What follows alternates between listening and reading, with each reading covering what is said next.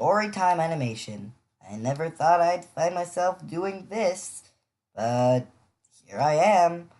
So, let's get on with the video. I didn't really have an intro for this, so great. Let's go. Separation anxiety, not a very good thing. It's kind of ruined my life, but at the same time, it made me realize something. There are points in life where you have to grow up and you have to face your fears head on to get rid of them. Because that's how I got rid of my separation anxiety, or at least made it lower than it was when I was 6 years old.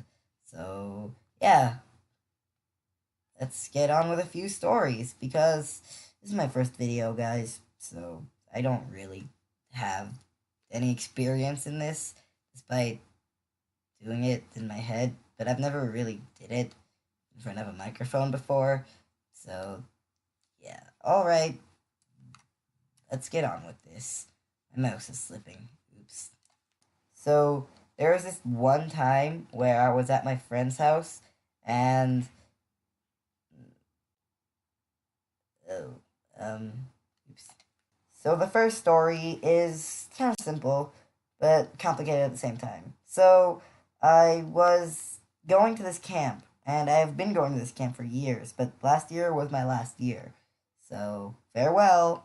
And basically, they added a pioneer group for the older boys and eventually girls, and we go on camping trips instead of the field trips because we're the pioneers and we explore nature and stuff like that.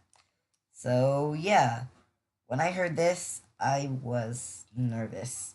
Excited, but mainly nervous. I really didn't want to go. My dad was making me go because he wanted me to experience it or something like that. That one thing my dad forced me to do was ended up being one of my favorite things in the year. Also, what I get nervous for every year. So, yeah.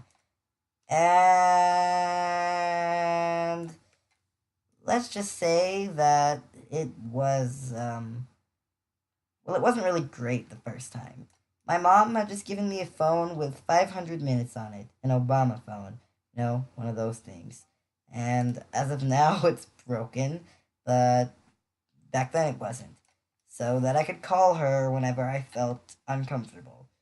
The bad thing was, I was fine all day, but as the day, or more accurately, the night, edged closer and closer, I got more nervous and more nervous.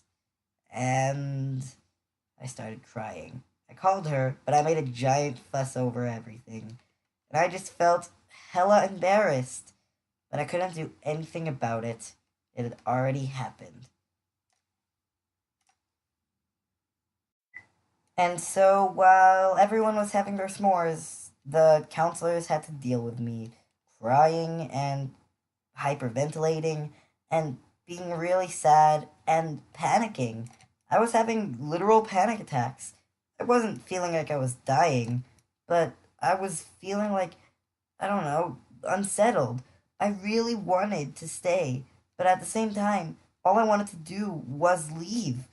I don't know how to explain the feeling other than just.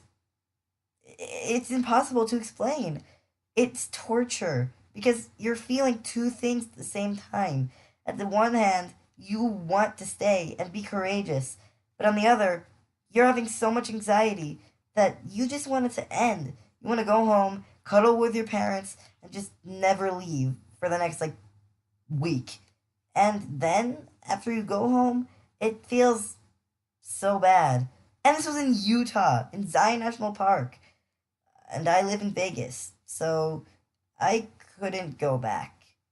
Not even if I wanted to, which I really did at that point. But overall, I had a good time. Remember, if you're having a problem like this, tell somebody. And try to calm yourself down. Because if you don't want to go to a place because you want your parents, it's fine.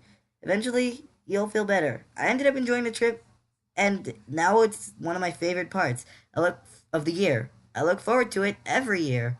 And now I think summer is my favorite season. Although I hate the weather here.